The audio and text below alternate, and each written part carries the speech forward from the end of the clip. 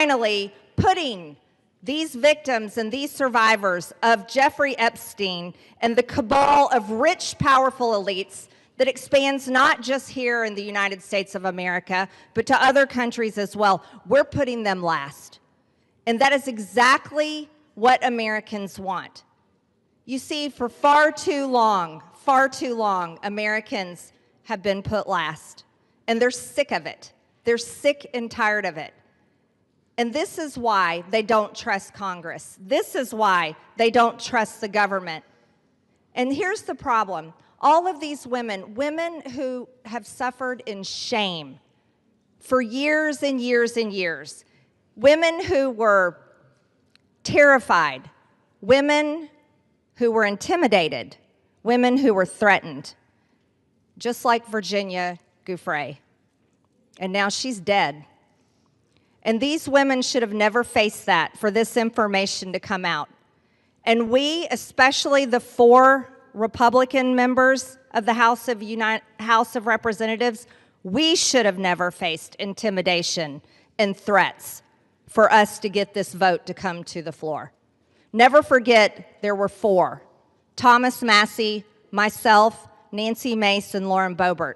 We had to sign a discharge petition, and we had to fight through intimidation, and we had to endure it for months to push that discharge petition finally to 218 to get this vote to come out. This is what the American people are sick of, and rightfully so. Now, where does this go from here? The question will remain, will the Department of Justice release all the information? Will a judge in New York release the information? Will the CIA release the information? And will foreign governments release their information? Or will this continue after this vote today be a cover-up? A cover-up of the rich, powerful elites that bond together in sex and human trafficking abuse and all types of global business that enriches them but never serves Americans. The American people will know, and the victims, actually the survivors of Jeffrey Epstein, will know, because they know the list of names. And I remain dedicated to my promise to read those names here on the House floor if those women ever find them in a place that it needs to be done. I yield back to Mr. Gentlelady Massey. from Georgia yields back. Gentleman from Kentucky reserves. Gentlelady from North Carolina is recognized.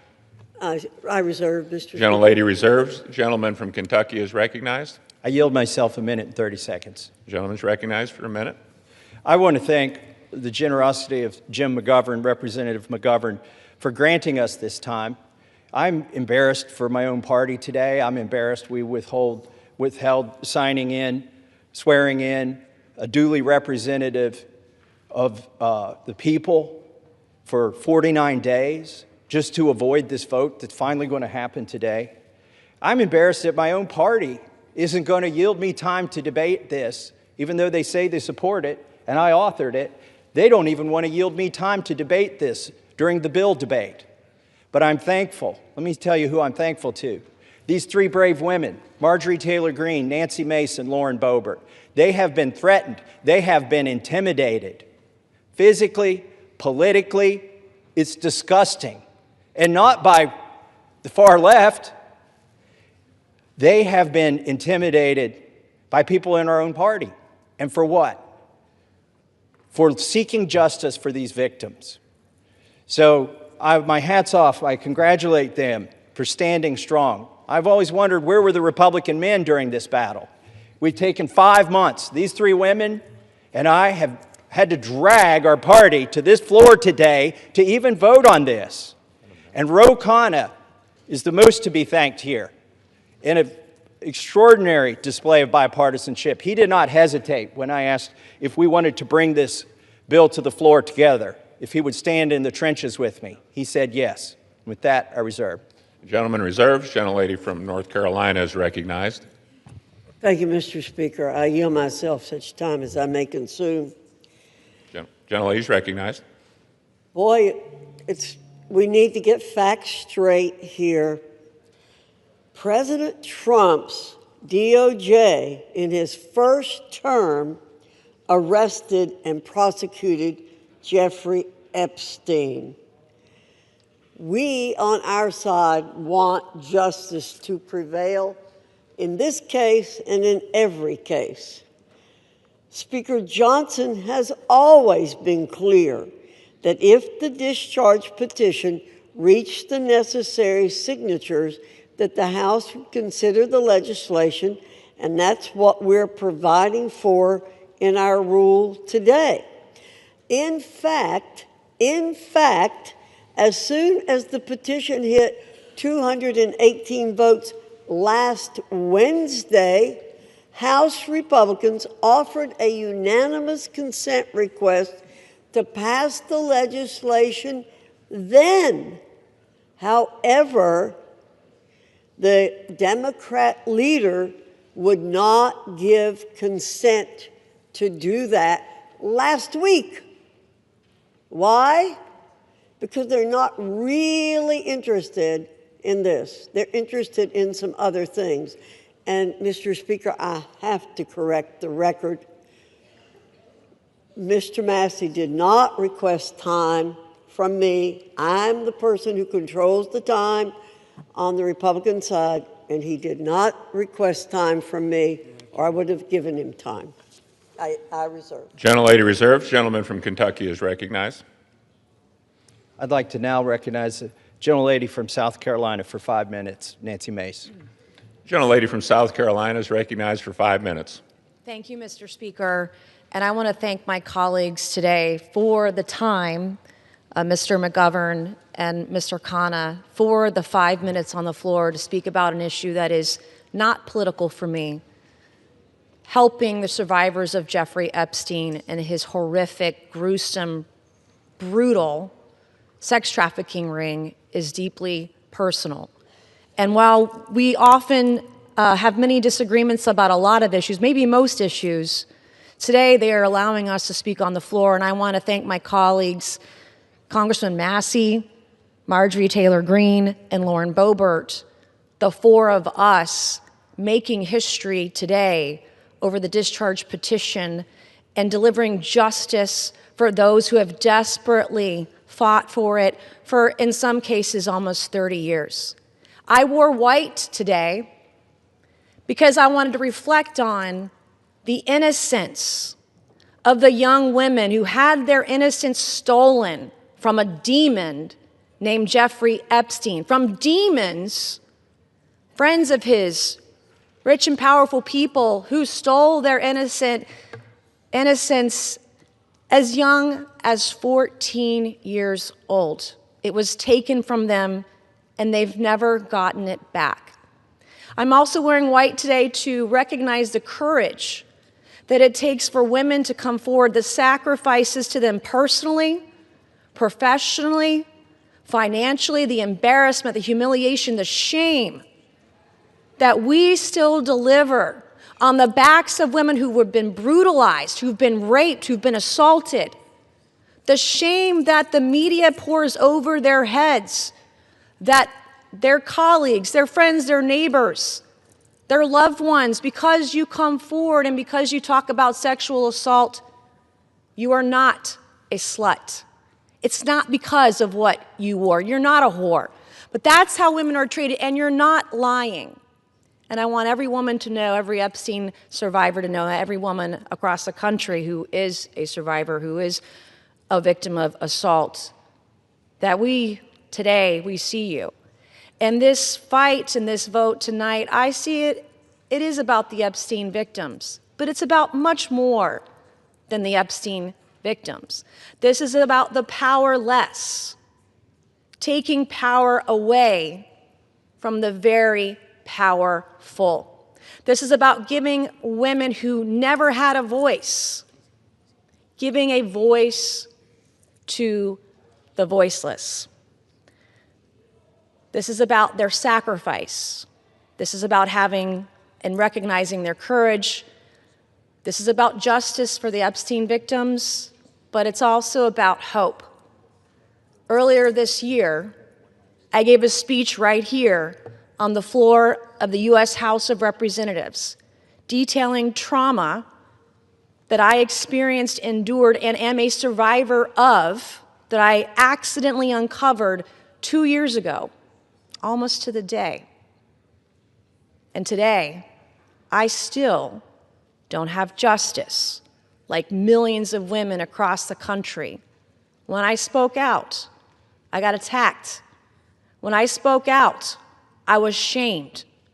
When I spoke out, I was defamed and smeared, and that goes on today, right now, in the present. God sure has a funny way of working through us. I, like many of the Epstein survivors and many other survivors across the country, I don't think I will ever heal from the destruction my abuser did to me. But I can heal by being a vessel and being a voice for all those who need it, and that's why we are here today. That is why I will never abandon a single survivor ever, and I will never waver. I spent my morning talking to law enforcement and others about another potential Jane Doe number 5, who may be another sexual assault victim in the case that I uncovered 2 years ago. It's very difficult for us to come forward, but I want to thank the women who have, the Epstein victims, the victims in the case that I uncovered.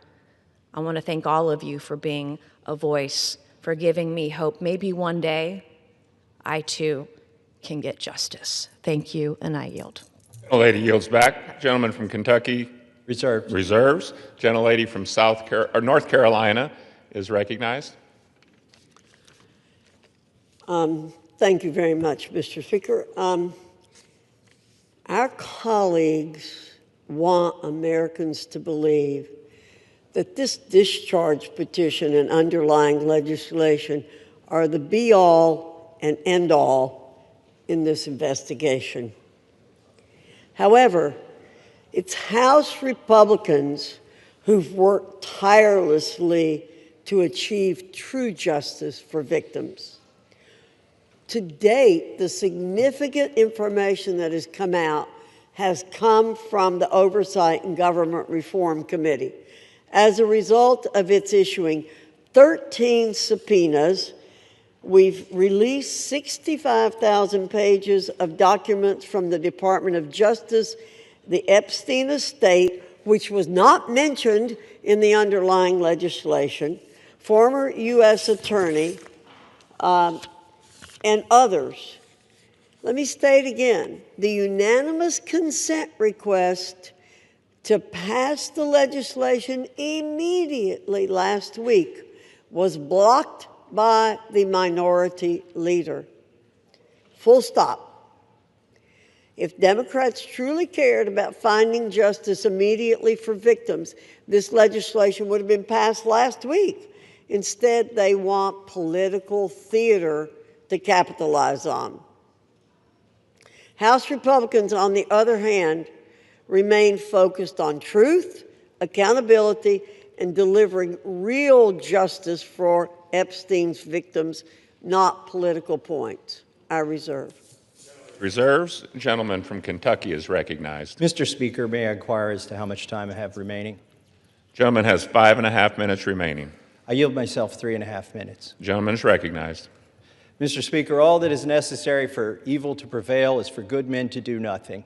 And we've had a lot of good men doing a lot of nothing on the other side of the aisle until we did something. 3 brave women and myself and the Democrat caucus. We did something. And then what did they do? They've opposed us every step of the way. They've lied about the legislation.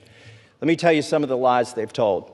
They've said that it doesn't protect victims. Well, if that is so, why were dozens of victims with us today at a press conference urging this body to pass this legislation? It's because this legislation specifically protects victims. They've said this legislation does not prevent the release of child pornography.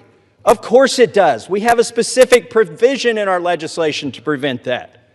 They've said so many falsehoods about this legislation, but now they're going to vote for it, hopefully enthusiastically. But really, they've been drugged to this. Our judicial system is broken. If it were working, there wouldn't be 1,000 victims who haven't seen justice yet. They are victims of the Epstein class.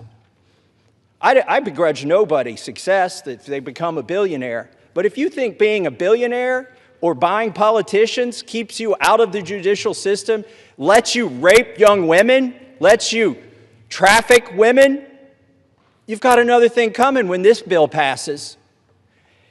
Do not let the Senate muck this up. There have already been efforts to derail this, our discharge petition.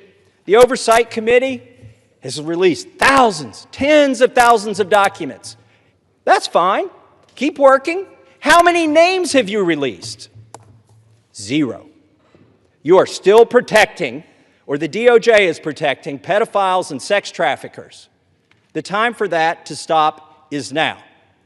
Now, our speaker says, oh, this bill needs amended in the Senate, and specifically, he's trying to create a loophole. He's trying to categorize the pedophiles as victims. He's saying, oh, we don't embarrass the people that went to the rape island. We should protect those names against unreliable accusations. Is he calling all of these victims unreliable? They've testified to the FBI. The FBI has these names in their possession. I asked the FBI director in a hearing, have you looked at the documents? No, he trusts everybody that's been there for decades. That is wrong. Do not let the Senate muck this bill up. And if you're a party to that in the Senate, you are part of this cover-up that we are trying to expose. I am sorry if one of your billionaire donors is going to get embarrassed because he went to Rape Island. That is what they have coming. In fact, they need to be on the other side of bars, a lot of them. Some of them will be embarrassed, but some of them need to go to prison, and the survivors know that. So how will we know if this bill has been successful? We will know when there are men, rich men, in handcuffs being perp-walked to the jail. And until then, this is still a cover-up. I urge my Senate colleagues, do not muck up this bill. The president has already said he will sign it. That means he will sign the bill that we have here today. Do not change this bill. He is ready to sign it. Give it to him. Put it on his desk. Let's get justice for these victims. With that, I reserve. The gentleman from Kentucky reserves. The gentlelady from North Carolina is recognized. Reserve. The gentlelady reserves. Is the gentlelady prepared to close? Yes, I am, Mr. Speaker.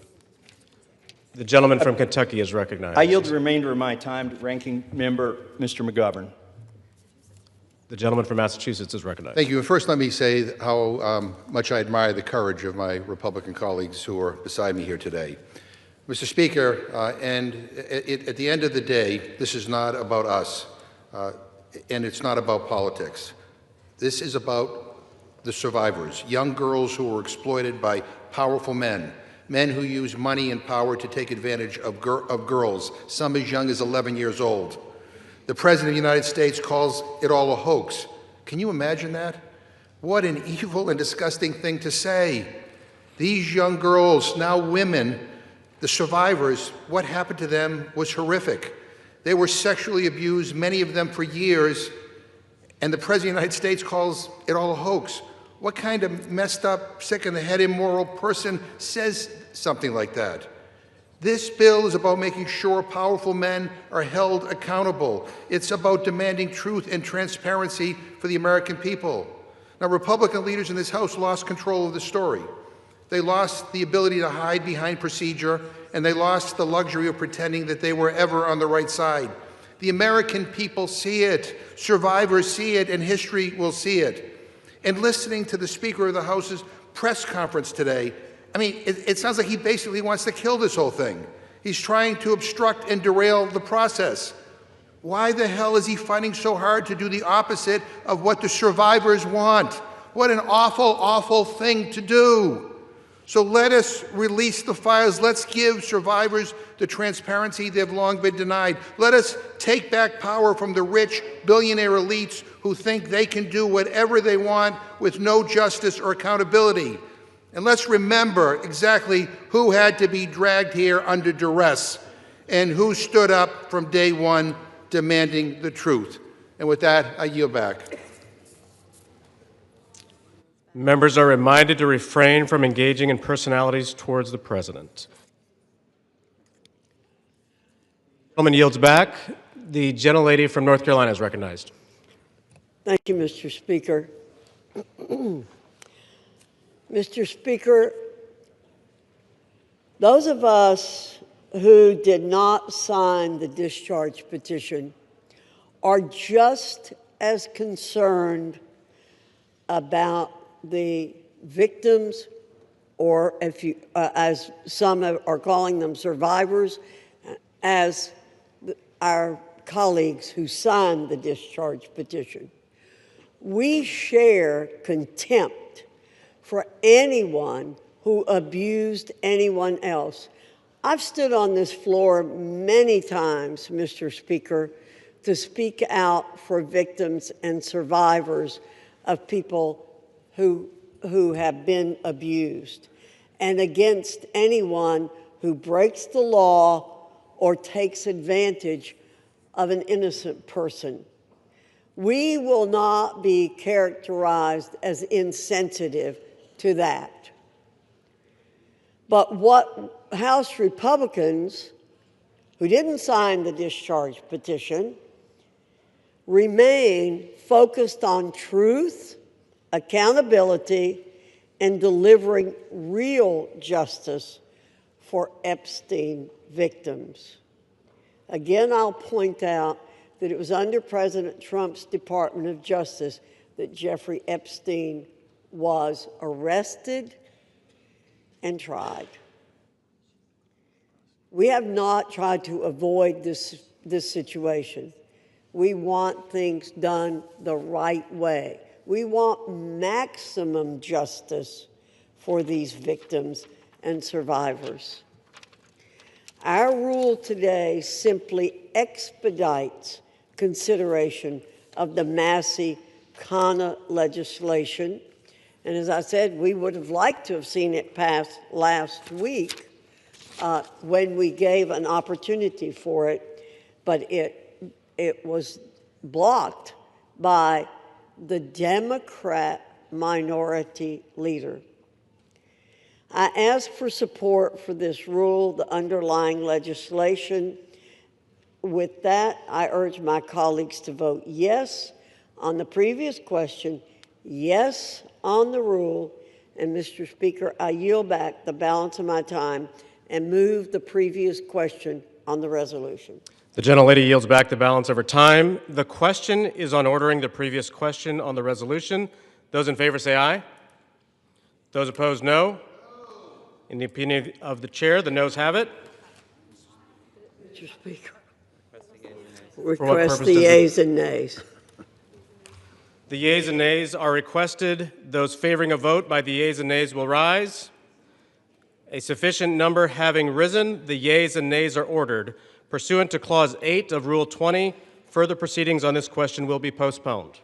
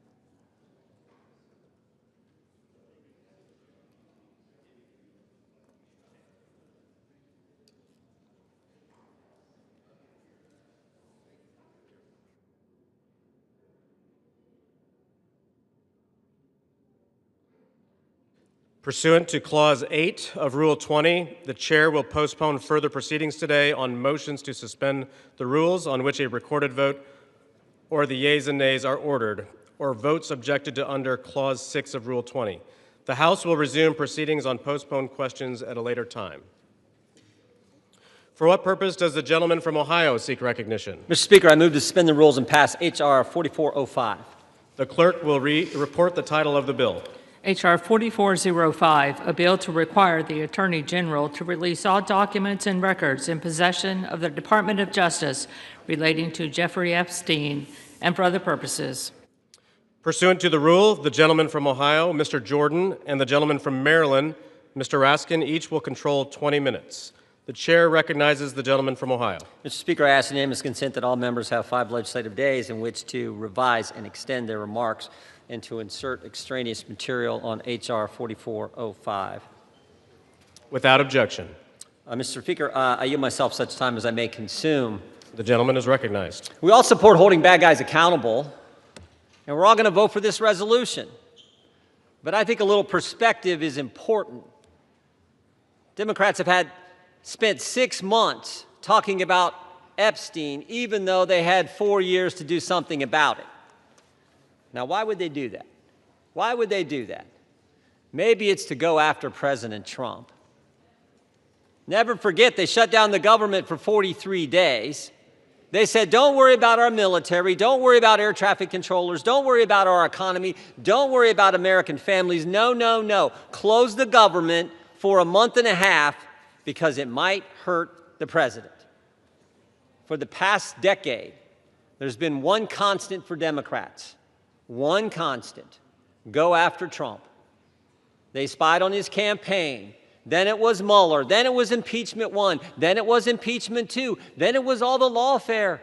Alvin Bragg, Fonnie Willis, Letitia James. Then it was Arctic Frost investigation at the Justice Department, surveilling United States senators and congressmen, and a whole host of other Americans. Then it was Jack Smith and his gag orders and his raiding President Trump's home. Then it was a 43-day shutdown, and now it's Epstein. And by the way, the same party that did all that, they were also the ones who were texting with Mr. Epstein during a hearing where Michael Cohen was their witness in another effort to go after the president. Americans see through it all, and frankly, it's actually kind of sad. This obsession, this syndrome, this mindset that says we got to go after President Trump no matter what that they have. And when I think about it, I think it's because President Trump and Republicans have accomplished so much that they told the voters they were going to accomplish in the 2024 election. We're actually doing what we said we were going to do. President Trump said he was going to cut taxes, and he did. President Trump said he would secure the border, and he did. President Trump said he'd get men out of women's sports, and he did. President Trump said he would make sure Iran doesn't have nuclear capability, and he did. And he said he would get the hostages out of Gaza back into Israel, and he did. All in 9 months. So I don't know what causes this mindset, this syndrome that the left has, but I know one thing. It is real. Which brings me to last week. Think about what the Democrats did last week. The Democrats released an email that the Oversight Committee had obtained from the estate, an email from Mr. Epstein to Ms. Maxwell.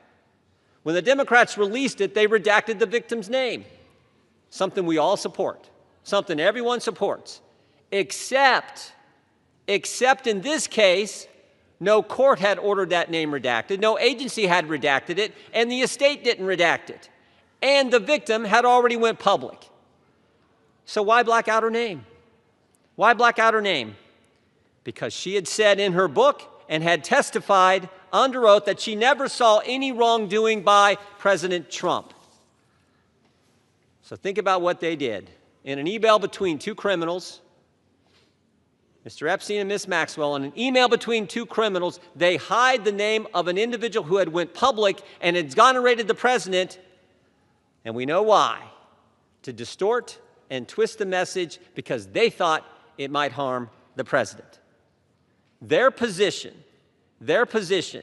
cover up the names of people who are already public, but don't worry about other innocent people who the court said should remain private. Again, I think the American people see through it. They see through what the Democrats are doing. The American people know what this is. They know Democrats have nothing else to run on because of the success of this administration. So I say let's vote yes on this resolution, and then let's get focused on making sure we're doing what the American families elected us to do. With that, I reserve. The gentleman reserves. The gentleman from Maryland is recognized. Thank you, Mr. Speaker. I yield myself such time as I may consume. The gentleman is recognized. Today, 4 months and 3 days after Mr. Khanna and Mr. Massey introduced their discharge petition, perhaps the most famous discharge petition in American history, the People's House unites across party lines to draw a moral line. We draw a line against the rape and sexual violation of children. We draw a line against the global criminal trafficking of girls and young women to service the pleasure of rich and powerful men who believe they are beyond all law and all morality. We draw a line to put the voices of the victims and the survivors first.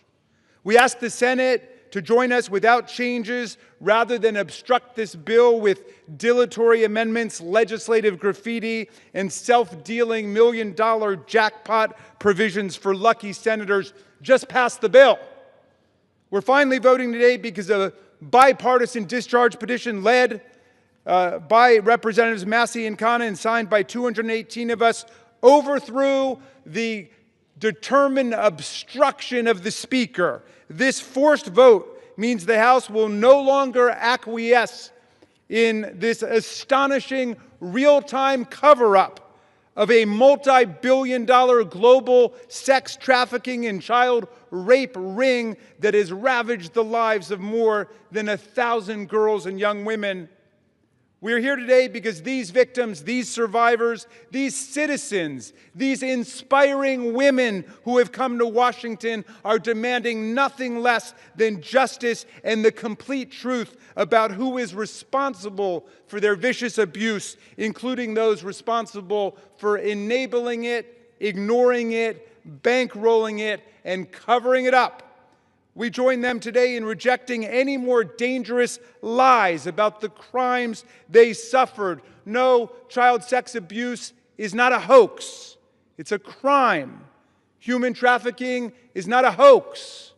It's a crime. These crimes are a curse on children and young people across America, in universities and elementary schools, in churches and mosques and synagogues, in Boy Scout troops and college sports teams and summer camps. Anywhere the powerful and the rich believe they've got the opportunity and the impunity to exploit the young, the poor, the powerless, and the vulnerable. We must face the truth and find the co-conspirators still at large in one of America's most extensive and sophisticated sex trafficking and child abuse rings in history.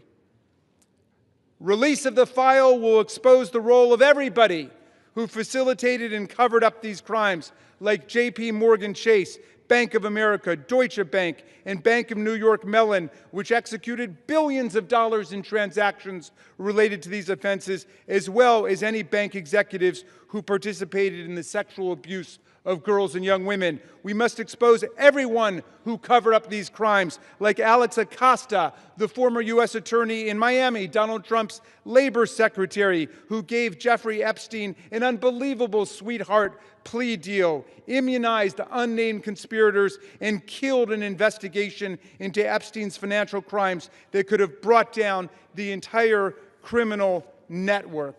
And with that, I'm going to yield. I'll reserve the balance of my time. The gentleman reserves. The gentleman from Ohio is recognized. Thank you, Mr. Speaker. I yield 4 minutes to the distinguished chair of the House Oversight Committee, Mr. Comer, the gentleman from Kentucky. The gentleman from Kentucky is recognized. Thank you, Mr. Speaker. As chairman of the House Oversight Committee, I've always believed that sunshine is the best disinfectant. For years, the American people have demanded transparency about Jeffrey Epstein and Ghislaine Maxwell's horrific crimes and about the federal government's failure to protect the victims. The House Oversight Committee is conducting a thorough review of the federal government's investigation into Epstein. Our work goes far beyond the legislation before us today. We are committed to accountability, transparency, and justice for the American people and for the survivors of these appalling crimes. To date, the Oversight Committee has released more than 65,000 pages of documents, issued 13 subpoenas, and conducted interviews with 2 key witnesses, both of whom were Republicans. The Trump administration has provided us with Department of Justice materials and access to suspicious activity reports. Unfortunately, throughout this investigation, Democrats have chosen to manufacture yet another anti-Trump hoax instead of pursuing justice. They have mischaracterized witness testimony and selectively released documents complete with targeted redactions in an effort to smear President Trump. For example, former U.S. Attorney General Bill Barr, who oversaw the 2019 Epstein investigation, stated clearly under oath that the prosecution team found no evidence that President Trump committed wrongdoing. Despite this simple and straightforward fact, Ranking Member Robert Garcia, moments after that deposition, tiptoed out and publicly claimed that, quote, Barr could not clear Trump of wrongdoing. That was a lie, and we have the transcript to prove it. I invite the media to read the transcript. When the Oversight Committee interviewed former U.S. Attorney for the Southern District of Florida, Alex Acosta, Democrats whipped themselves into a frenzy trying to manufacture a gotcha moment, but they failed. Mr. Acosta dismantled the Democrats' narrative. His testimony confirmed there was no contact between President Trump and Mr. Acosta and no connection between President Trump in the Epstein case. Next, Democrats resorted to selective leaks and doctored documents to mislead the American people. Oversight Committee Republicans have posted 65,000 pages of documents we have received to date. Democrats, by contrast, have released fewer than 1 dozen. In their latest selective leak, Democrats released just three of the 23,000 pages of documents from the Epstein estate.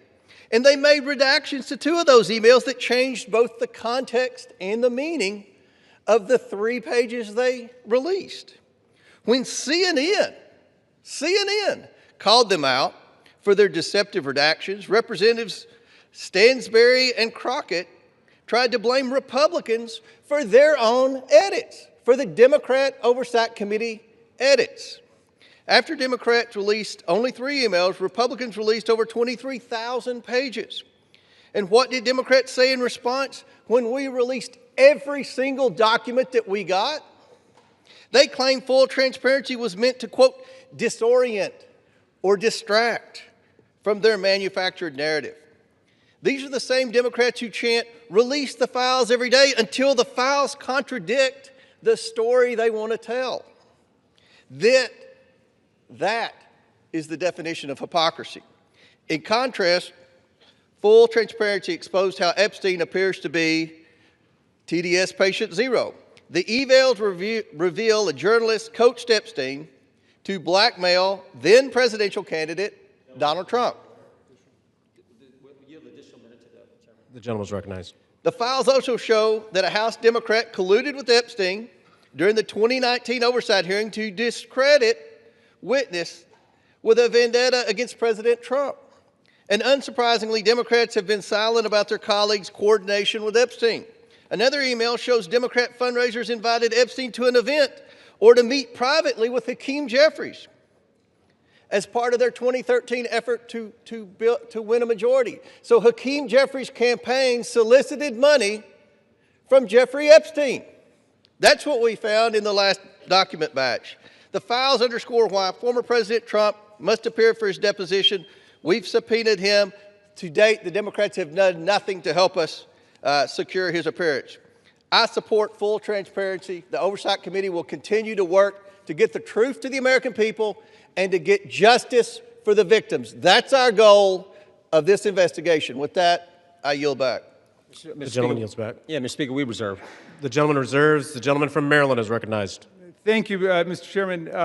I should just point out that we've heard now from the 2 distinguished chairmen of the Judiciary and the Oversight Committee, and they've spoken almost exclusively to denounce Democrats. We have a bipartisan coalition here demanding the truth about the largest child sex abuse and trafficking ring, perhaps in American history, certainly in this century, and they want to just throw stones at the Democrats. What a remarkable failure of leadership we're seeing from the other side. And I imagine that the chairman of the Oversight Committee will follow up his spectacular failure in trying to impeach President Biden with his spectacular failure in trying to block the resolution we brought to the floor today. I'm happy to yield 1 minute. Excuse me, you're not recognized, whoever's speaking. And I'd like to yield 1 minute to the very distinguished minority leader on the House Oversight Committee. The gentleman is recognized.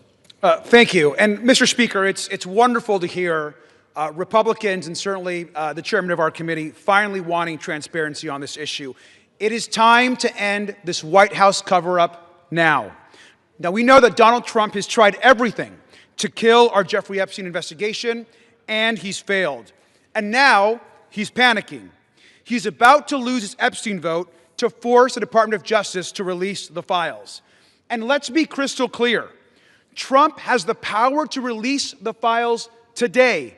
He does not even need a vote. And he continues to defy the subpoena of the Oversight Committee to release all the files. What is Donald Trump hiding? What is Pam Bondi, the Attorney General, hiding? Why won't they release the Epstein files right now?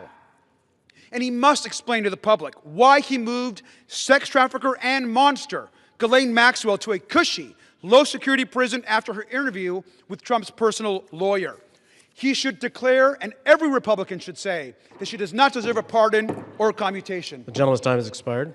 30 more seconds. I grant him 20 more seconds. We don't care how much money you have, what party you're in, how powerful you are. We should get justice for the survivors of Jeffrey Epstein. And our work on the committee is not over.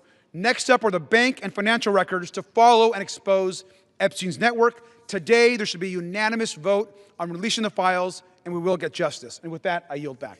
And we reserve. The gentleman reserves. The gentleman from Ohio is recognized. Thank you, Mr. Speaker. I yield a minute and a half to the distinguished gentleman from California and member of the Judiciary Committee, Mr. Kiley. The gentleman from California is recognized.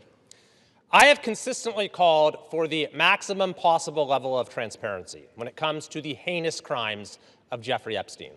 That's why I've consistently said I am inclined to vote for this bill, and it's why I will be doing so today. The victims deserve the truth. They deserve justice, and they deserve closure.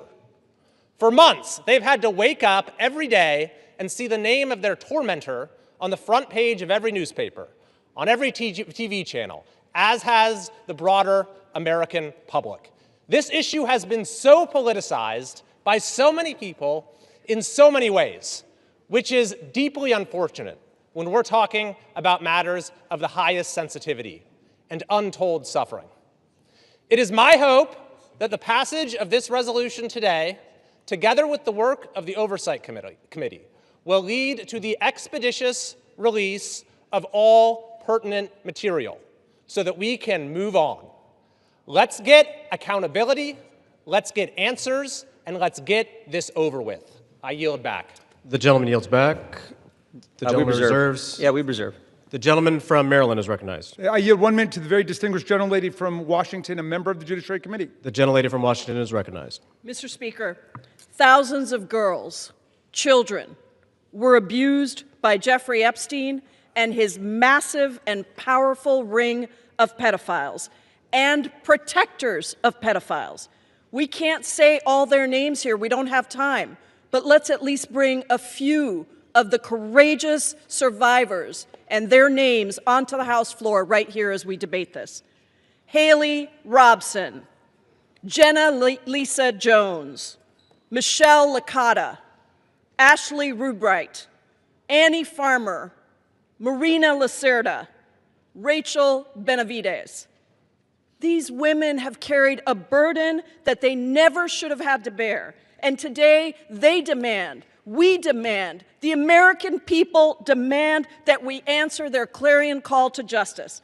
Today, despite all the giant cover-up attempts by this administration and this Speaker of the House, we will vote to release all the Epstein files. To be clear, there is no protection for pedophiles, no protection for the rich and powerful men of either party who participated, who turned a blind eye, who winked and grinned while witnessing the horrific abuses of young children. Release all the damn files now. We reserve. The gentleman reserves. The gentleman from Ohio is recognized. Thank you, Mr. Speaker. I yield a minute and a half to the distinguished gentleman from North Carolina and member of our committee. The gentleman is recognized. Thank you, Mr. Speaker. I have been very supportive of this effort, specifically to bring justice to the victims of this horrific series of crimes. However, I have worked behind the scenes to raise concerns with this petition as it is currently drafted. Specifically, I believe that there is grave risk at harming innocent people. And I repeat, harming innocent people. When innocent people are harmed, that is not furthering justice. With an investigation of this size and a file that is as large as the Epstein files and as poorly defined as that is in this petition, there will invariably be people who are released pursuant to this discharge petition who had nothing to do with criminal activity. Imagine, if you will, a bellman, a waiter, some type of doorman, a mere social attendee who had no impact whatsoever on the criminal activities of Jeffrey Epstein, no participation. Their lives are forever ruined. And I'm reading specifically from the petition's language that prohibited grounds for withholding information in this file are embarrassment, reputational harm, or political sensitivity. And I would just submit, if you were going to be embarrassed, if you were going to suffer social harm, and that is all of the encompassed activity that you were a part of, you will be named in this petition. And I resent that. Innocent people should not be harmed when we are pursuing justice. I understand the political nature of this petition. I resent the fact that there was not room for good faith amendments. And I urge the Senate to protect innocent people. I yield back. He yields back. The gentleman reserves. The gentleman from Maryland is recognized. Thank you. I'm yielding 1 minute to the distinguished gentlelady from California, Representative Kamlager Dove. The gentlelady from California is recognized. Mr. Speaker, 1 in 3 women and girls around the world are physically and sexually assaulted each year. Of the 152 women in this body, that means 51 women. It includes your daughters, your sisters, your nieces, your mothers. And with the Epstein files, we have a chance to change that. But real talk, the administration doesn't need a discharge petition. It has not complied with the subpoena, and it has the power to release the files today. Instead, the man in the most powerful position in the world has used the full weight of the government to block and obfuscate and deflect the full release of the files. It is the same person who intimidated female members of Congress to withdraw names from the petition, who responded quiet piggy to a female reporter who asked about the files, and who nominated an alleged sexual predator to be our AG. It is the same person whose name appears more than any other in the Epstein emails. And in the pantheon of violence, a sexual predator is the worst of the worst, so why protect him? It's also curious that the judiciary is managing this debate and has not even had this come before the committee. I wonder why. Release the files now! We reserve. The gentleman reserves. The gentleman from Ohio is recognized. Thank you, Mr. Speaker. I yield 2 minutes to the gentleman from Texas, Mr. Roy, chairman of the Constitution Subcommittee. The gentleman from Texas is recognized. I thank the chairman. Today, a united Republican Party and a bipartisan supermajority is going to pass a bill to increase transparency regarding the egregious abuses by Jeffrey Epstein, a goal that anyone of conscience desires. That is, in totality, an important statement to check the rich and the powerful. Remember how we got here. After decades, it was President Trump's Department of Justice that indicted Jeffrey Epstein in July of 2019. It was President Trump's DOJ that arrested and indicted Ms. Maxwell.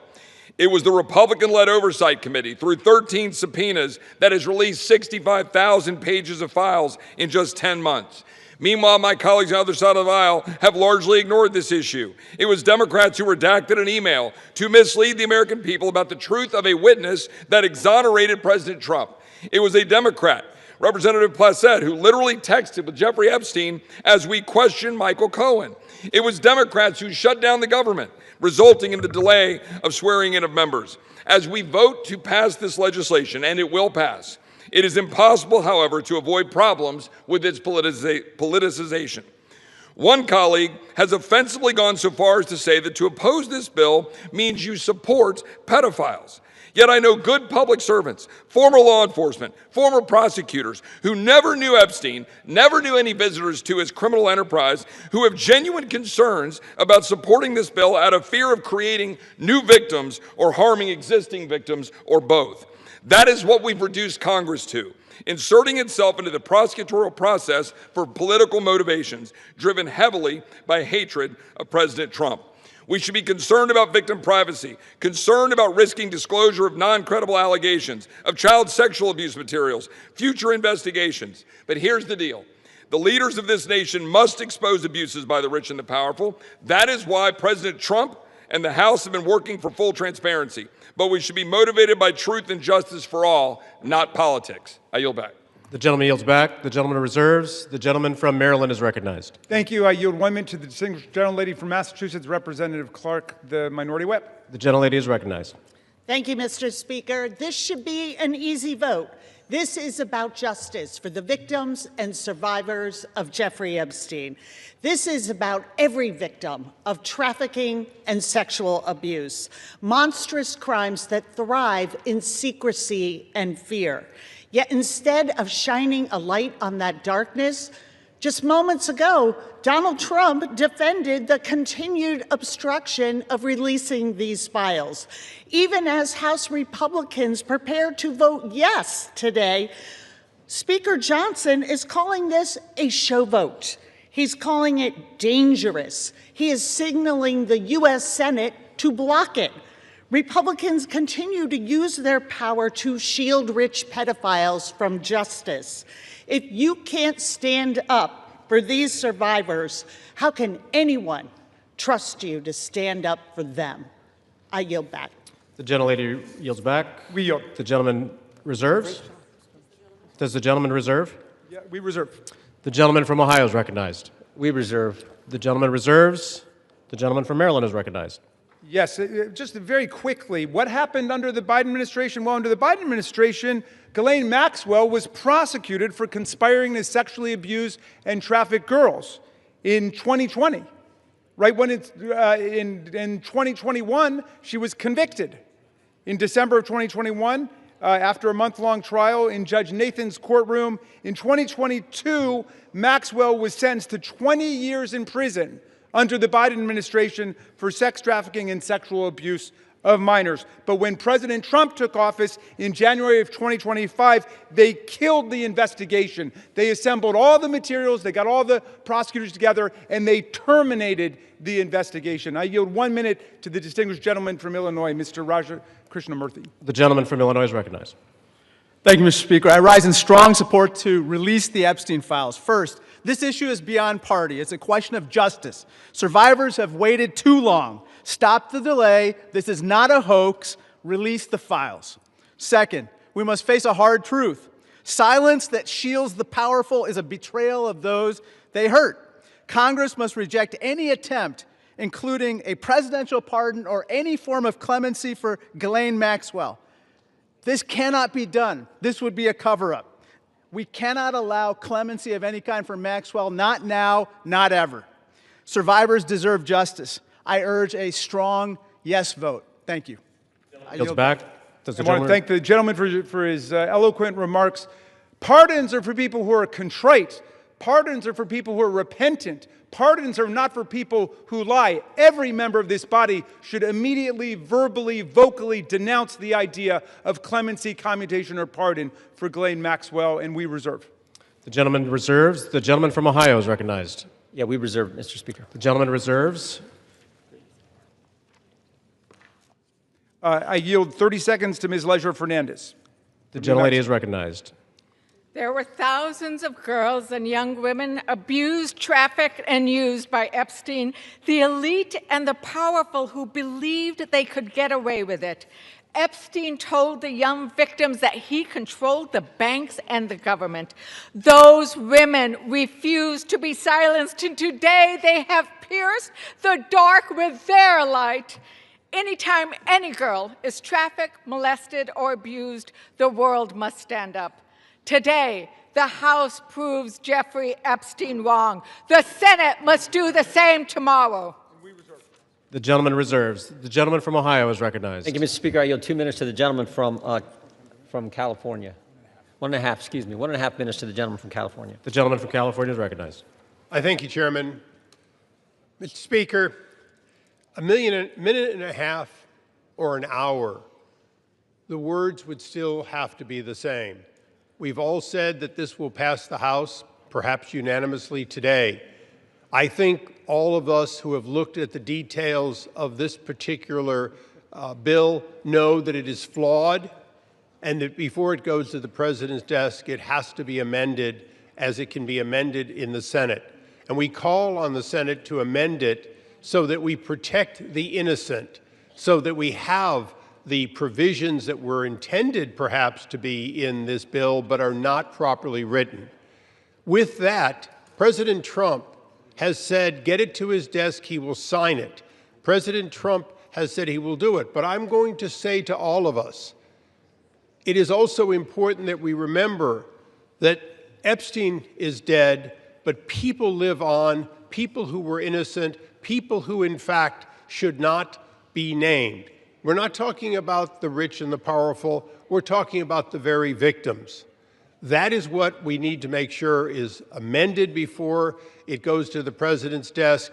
And with that, I thank the chairman for his time. I think no more needs to be said that this body will vote for it all, but let's not kid ourselves. It has to be changed so that it properly protects both the tradition of the grand jury and clearly those innocent people that would otherwise be swept up. And I yield back. The gentleman's time has expired. The gentleman yields back.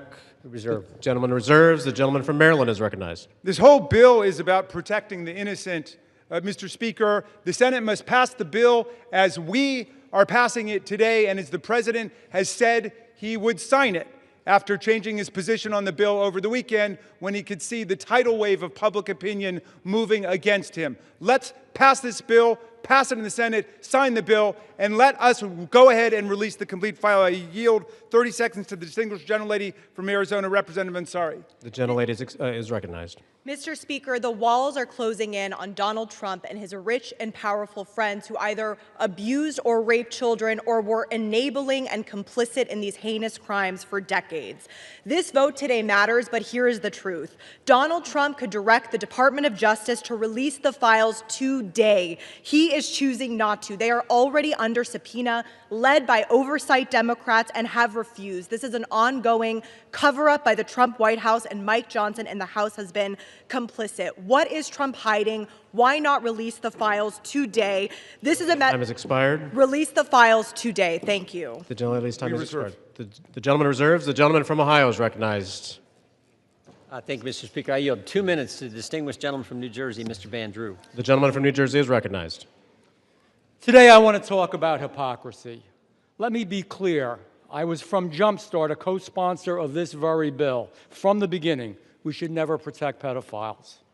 But for months, my Democratic colleagues have done what they think is politically convenient through all the yelling, through all the tears, through all the sadness. They say releasing the Epstein list is of grave concern to them. If that was true, where were they during the 4 years of the Biden presidency? Why didn't they demand the release of these files from Jumpstart in year 1? Mr. Speaker, why didn't they ask for them in year 2? Or if that wasn't good enough, maybe in year 3. They had control, or not even in his final year of office. Other than a single letter the ranking member wrote in 2019, a single letter, not one Democrat on the committee spoke out about Epstein or his victims of this very terrible tragedy, other than to say that he didn't like the plea deal. Let me say this. When they stand here today insisting how badly they want these files released, why didn't they do it? Yet they stayed silent for year after year after year after year under Joe Biden. It's impossible. Mr. Speaker, it is impossible to see that as genuine. What I see is a group more focused on scoring political points and drama than on protecting abused children. The record is clear. Under Republicans, far more information has been released in the last 6 months than was done during all 4 years of the previous presidency under Joe Biden. We've actually been the party of transparency. We've released the information. We've told the truth. Unfortunately, and I'm sad to say it, they have been the party of hypocrisy. Mr. Chair, I reel back. The gentleman yields back. The gentleman reserves. The gentleman from Maryland is recognized. You know, I've never heard a more defensive presentation in my life. than what we're hearing from over there. The gentleman should spend a little less time pointing out hypocrisy and a little more time trying to ferret out cruelty, humiliation, and rape. And that's what we're working on. I yield 30 seconds to the distinguished gentleman from California, Mr. Min. The gentleman from California is recognized. I want to remind you that we are all here voting on this bill because President Trump, who has the power to release the Epstein files at any time, has refused to do so, calling this a hoax. We're here because Speaker Mike Johnson and President Trump have gone to extraordinary lengths to try to kill and delay the discharge petition, including refusing to seat Adelita Grijalva for over 40 days and threatening House Republicans who signed on. Now, several of my Republican colleagues have accused those of us House Democrats who support justice here of having Trump derangement syndrome. You all suffer from something much worse, which is pedophile protection syndrome. Stop protecting pedophiles, release the Epstein files. The victims deserve justice. I yield back. We reserve. Members are reminded to direct their comments to the chair. No kidding. The gentleman from Maryland reserves. The gentleman from Ohio is recognized. We reserve. The gentleman from Ohio reserves. The gentleman from Maryland. I'm yielding 30 seconds to my friend, Representative Walkinshaw from Virginia. The gentleman is recognized. For years, Mr. Speaker, we have watched dangerous conspiracies like Pizzagate and QAnon shape our political landscape. They help fuel the rise of President Trump and were built on baseless claims about secret pedophile rings, while the real documented case of child sex trafficking involving Jeffrey Epstein remained shrouded in secrecy because President Trump refuses to release the files. What is President Trump hiding? Why won't he release the files? The House finally has the opportunity to act, release the files, and let the American people see the truth. I yield back. The gentleman yields back. We reserve. The gentleman reserves. The gentleman from Ohio is recognized. We reserve. The gentleman reserves. The gentleman from Maryland is recognized. Granting 30 seconds to the very distinguished gentlelady who is finally with us, Representative Adelita Grijalva from Arizona 7th. The gentlelady is recognized. Thank you. Mr. Speaker, I rise today to acknowledge the survivors, family members, and advocates who are here today and have never given up. The legislation in front of us, at its core, is about something very simple. The survivors deserve justice. The American people deserve the truth. To every survivor watching, your courage is inspiring. You are the reason why this vote is happening today. Protecting women and children from pedophiles should not be a Democratic issue, should not be a Republican issue. It should be a human rights issue and a matter of justice. I urge my colleagues to vote yes on the Epstein Files Transparency Act. I yield back. Thank you. Thank you, and we reserve. The chair will remind all persons in the gallery that they are here as guests of the House and that any manifestation of approval or disapproval of proceedings is in violation of the rules of the House. The gentleman from Maryland. Yeah, but I'll just add they're here as honored guests of the House, and we're delighted they're here, and with that, we reserve. The gentleman reserves. The gentleman from Ohio is recognized. Yeah, we reserve. The gentleman reserves. The gentleman from Maryland. I'm granting 30 seconds to Representative Lois Frankel from Florida. The gentlelady from Florida is recognized. Mr. Speaker, for far too long, the survivors of Jeffrey Epstein's abuse were failed by a justice system that minimized their suffering and prosecutors who treated young girls as if they were criminals. That was wrong, and I am here with my colleagues to promise this. We will get to the bottom of why the Epstein survivors were treated so badly, who made those decisions, and who were they protecting. No more secrecy, no more excuses. We all deserve the truth, and I thank the survivors for their courage and perseverance. Your voices are being heard. The gentlelady yields back. The gentleman reserves the balance of his time. The gentleman from Ohio. Thank you, Mr. Speaker. I yield 1 minute to the distinguished gentleman from the great state of Louisiana, the Speaker of the United States House of Representatives, Mr. The gentleman from Louisiana is recognized. Thank you, Mr. Speaker. Thank you, Chairman Jordan, for doing such an extraordinary job on all of this. For 43 long days, the Democrats held this House and the entire country hostage. Finally, with the lights back on, this body's returning to our regular legislative session. We have a lot of work to do. My colleagues on this side of the chamber are ready and eager to get back to our urgent legislative work that we promised the American people we would do. We've got to continue lowering the cost of health care. We've got to bring down prices for American families, and we've got to finish the regular appropriations process, just to name a few of those priorities. And I wish I could say that our first order of business would be to get to those urgent priorities, but of course we're here spending time on the floor about something else. This is something we could have resolved last week when we brought a unanimous consent to pass this discharge with the full support of the body. But our friends over here who are arguing today stalled that. They objected to it, and they wanted to have this exercise instead. And that's why we say that this is a show vote. That's what this is. They're making a show of it. And it really is a shame. We have some heroic women in the chamber today. I met with many of them a while back.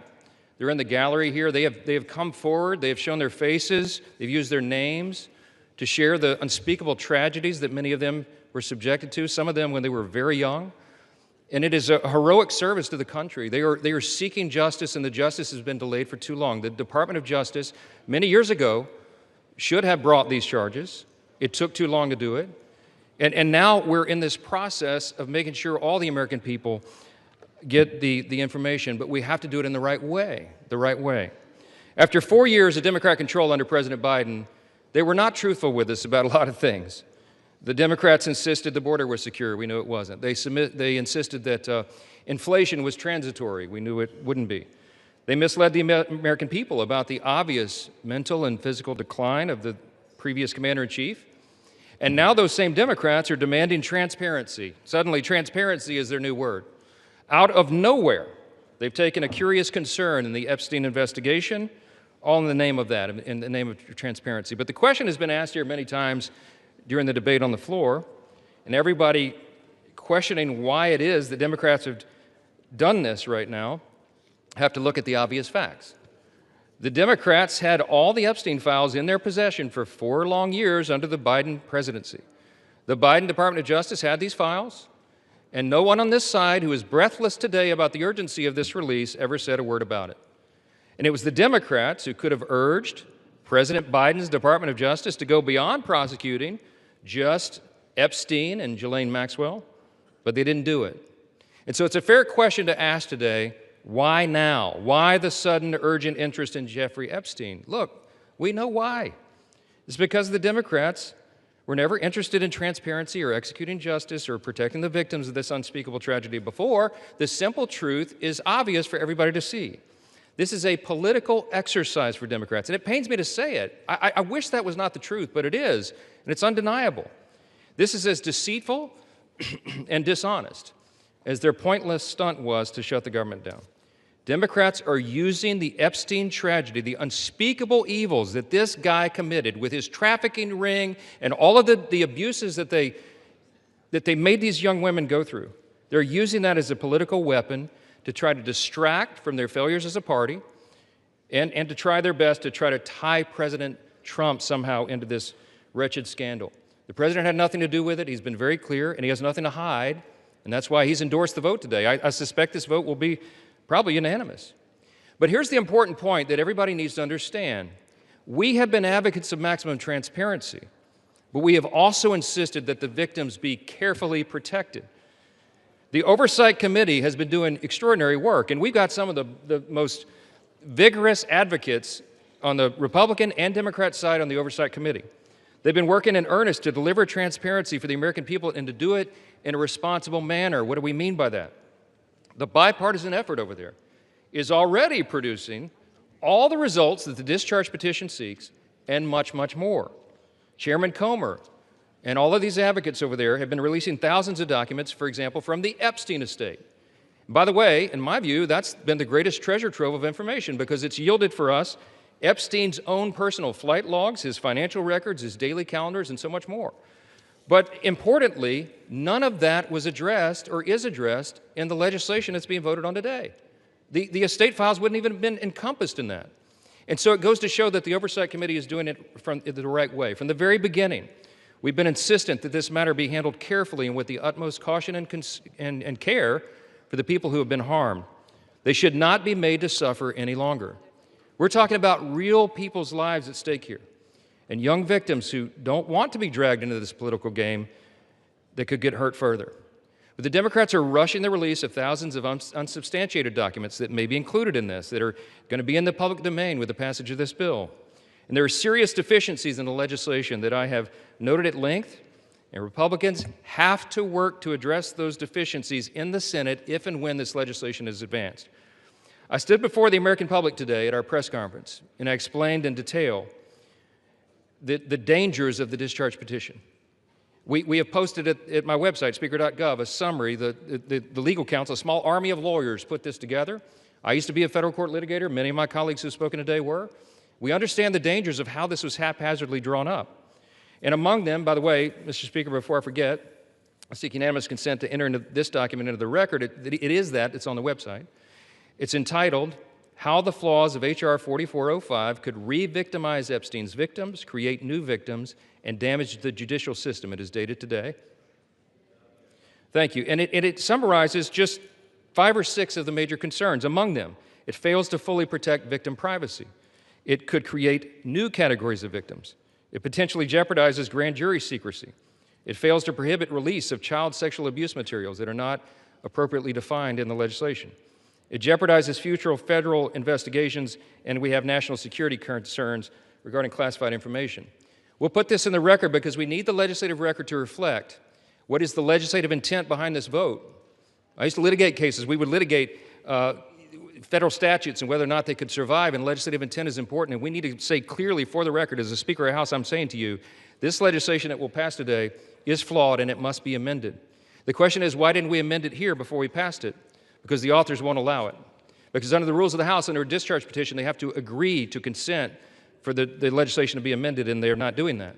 So now we rely upon our partners in the other chamber to get that done, and they need to do that. The victims deserve our utmost respect. In fact, they should be saluted for their courage. And the young women who have not come forward, who are now, some of them are middle-aged women who have not come forward, also deserve our respect, and they deserve to be protected. Republicans support transparency. We want maximum transparency, especially when it comes to disclosing the names of anybody who had anything to do with these evils, anybody who conspired with or aided in any way Jeffrey Epstein. They must be brought to justice.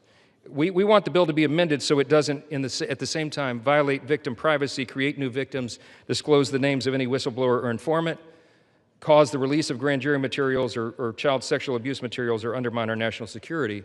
And if and when the Senate takes this up, we will work with our colleagues over there to make sure that these things are corrected. I'll just close with this simple thought.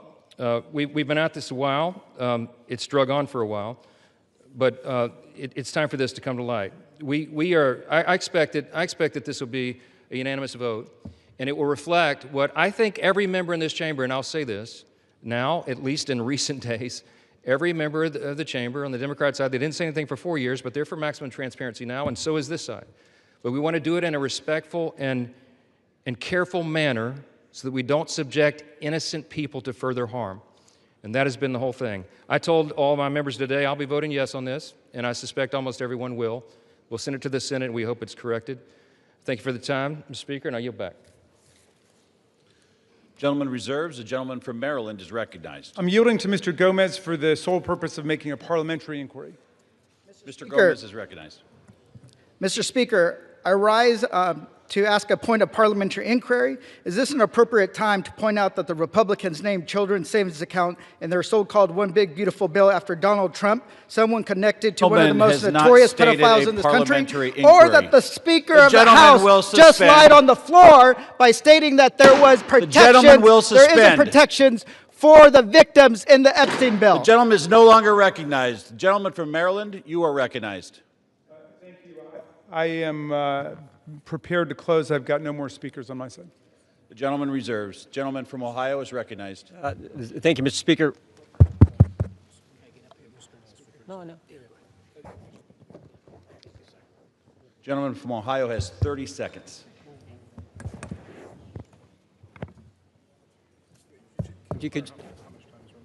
Can I inquire how much time is remaining? 30 seconds.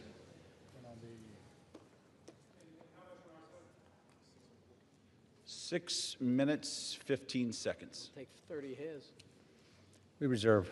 Gentleman reserved. Gentleman from Maryland is recognized. I'll take the opportunity of the Speaker's presence to respond to some of the things that he said. In the very presence of the victims and the survivors who come to join us today, the Speaker said that now would be a time we should be working on urgent legislative work.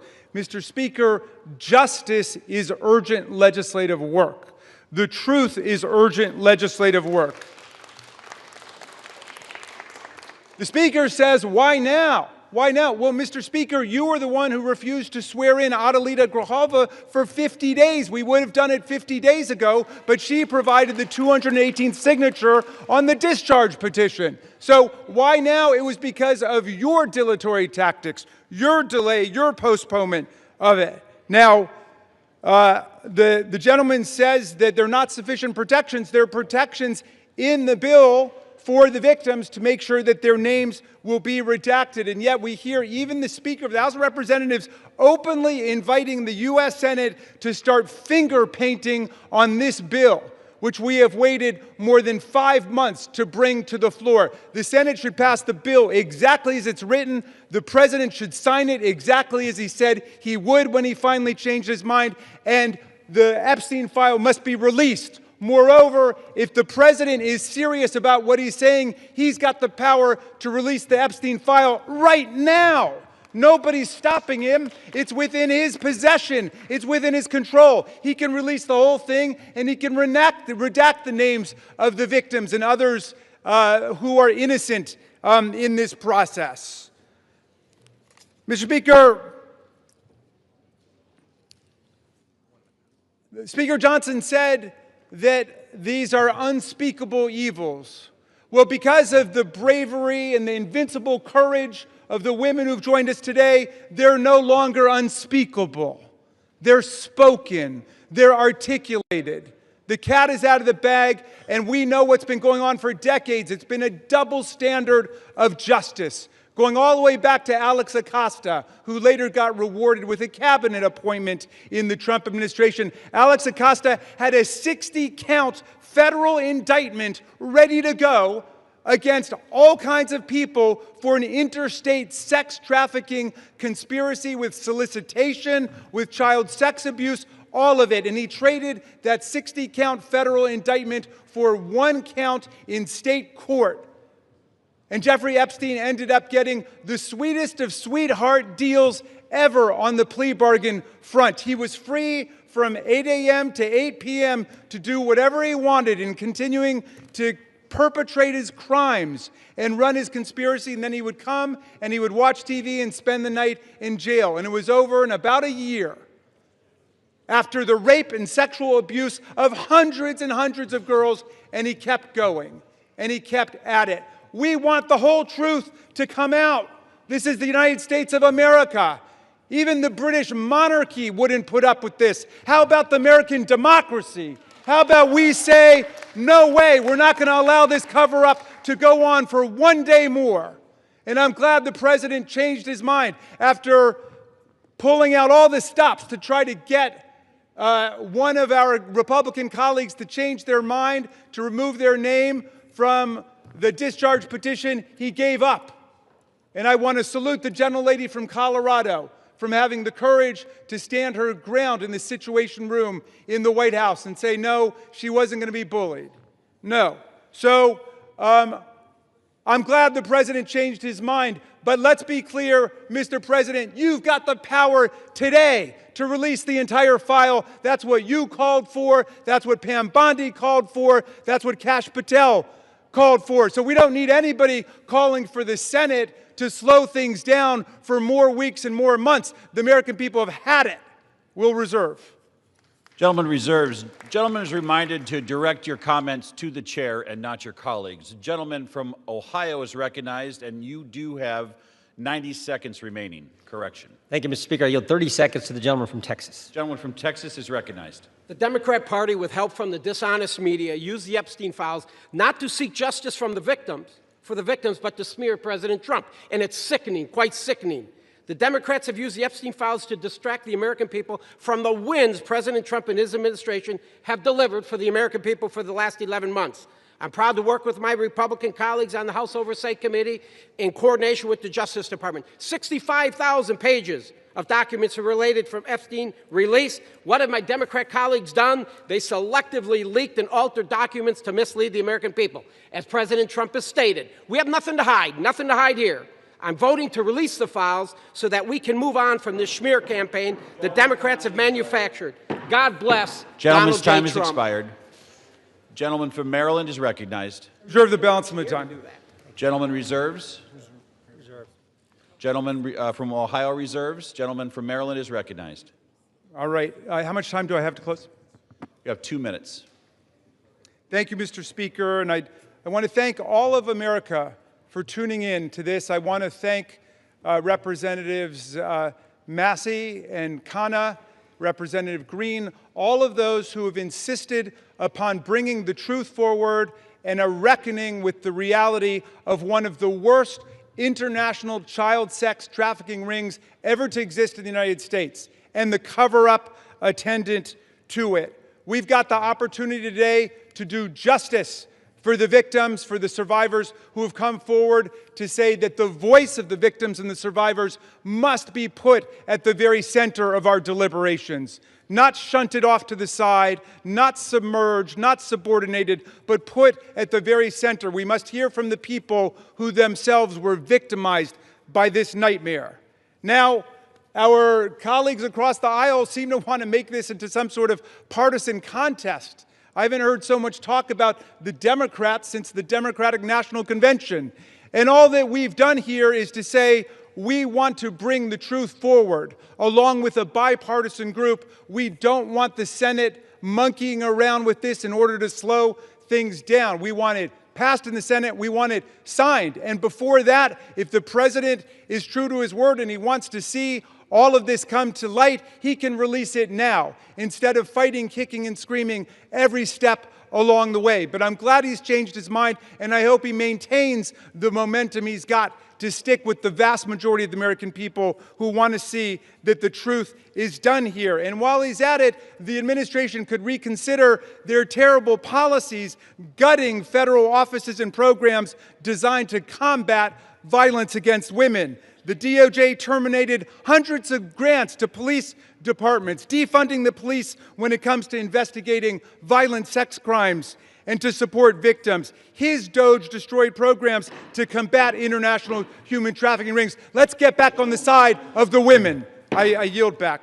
Gentleman yields back. The gentleman from Ohio. Thank you, Mr. Speaker. Thank you, Mr. Speaker. The Speaker Johnson said it right. Why now after 4 years of doing nothing? Because going after President Trump is an obsession with these guys. Best example is John Brennan testified in front of our committee under oath, said he was not involved with the dossier. Only problem is Tulsi Gabbard declassified a report, released that report, and it said exactly the opposite. And she related a story in there where a CIA official went up to Mr. Brennan and said, we shouldn't include this in the report. And John Brennan's response was, yeah, but doesn't it ring true? Forget the facts, forget the truth, go after Trump, put it in. Same dynamic at work here. We're all for protecting innocent victims. We're all for exposing the bad guys who did bad things. But this is an obsession with the left. For 10 years, it's going after President Trump. So vote yes. Make sure the bad guys are held accountable. We all want to do that. Speaker Johnson's right. I think it's going to be unanimous. But understand what they're doing, because they had 4 years and didn't do a darn thing. With that, I yield back. Gentleman yields back. The question is, will the House suspend the rules and pass the bill, H.R. 4405? Those in favor, say aye. Aye. Those opposed, say no. In the opinion of the chair, two-thirds being in the affirmative, the rules are suspended. The bill is passed, and without Can I request objection, a recorded vote, Mr. Speaker? The gentleman from Maryland is recognized. Yeah, I'm requesting a recorded vote. The gentleman from Maryland has requested a recorded vote. Those favoring a recorded vote will rise. A sufficient number having risen, a recorded vote is ordered. Members will record their votes by electronic device. Pursuant to Clause 9 of Rule 20, this 15-minute vote on the motion to suspend the rules will be followed by 5-minute votes on ordering the previous question on House Resolution 879, adoption of House Resolution 879 if ordered, and adoption of House Resolution 878. This is a 15-minute vote.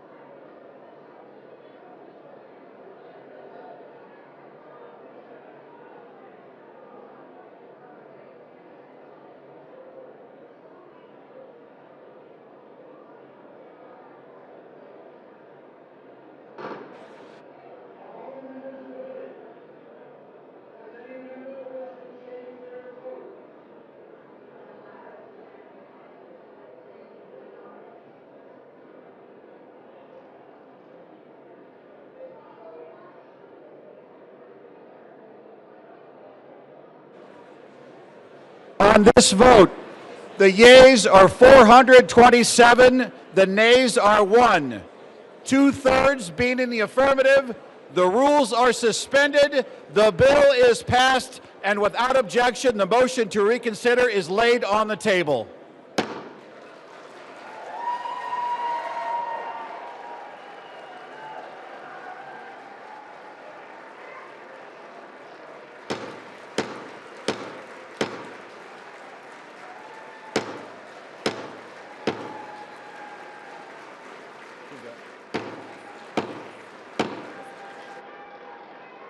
Pursuant to Clause 8, Rule 20, the unfinished business is the vote on ordering the previous question on House Resolution 879, on which the yeas and nays are ordered. The clerk will report the title of the resolution. House Calendar Number 47, House Resolution 879. Resolution providing for consideration of the joint resolution, Senate Joint Resolution 80, providing for congressional disapproval under Chapter 8 of Title 5 United States Code of the rules submitted by the Bureau of Land Management relating to National Petroleum Reserve in Alaska Integrated Activity Plan Record of Decision, providing for consideration of the joint resolution, House Joint Resolution 130, providing for congressional disapproval under Chapter 8 of Title 5 United States Code of the rules submitted by the Bureau of Land Management relating to Buffalo Field Office Record of Decision and approved Resource Management Plan Amendment, providing for consideration of the joint resolution, House Joint Resolution 131, providing for congressional disapproval under Chapter 8 of Title 5 United States Code of the rules submitted by the Bureau of Land Management relating to Coastal Plain Oil and Gas Leasing Program Record of Decision, providing for consideration of the concurrent resolution, House Concurrent Resolution 58, denouncing the horrors of socialism, providing for consideration of the bill, H.R. 1949, to repeal restrictions on the export of import of natural gas, providing for consideration of the bill, H.R. 3109, to require the Secretary of Energy to direct the National Petroleum Council to issue a report with respect to the petrochemical refineries in the United States and for other purposes, providing for consideration of the bill, H.R. 5107, to repeal the Comprehensive Policing and Justice Reform Amendment Act of 2022, enacted by the District of Columbia Council, providing for consideration of the bill, H.R. 5214, to require mandatory pretrial and post-conviction detention for crimes of violence and dangerous crimes and require mandatory cash bail for certain offenses that pose a threat to the public safety or order in the District of Columbia, and for other purposes, The question is on ordering the previous question. Members will record their vote by electronic device. This is a 5-minute vote.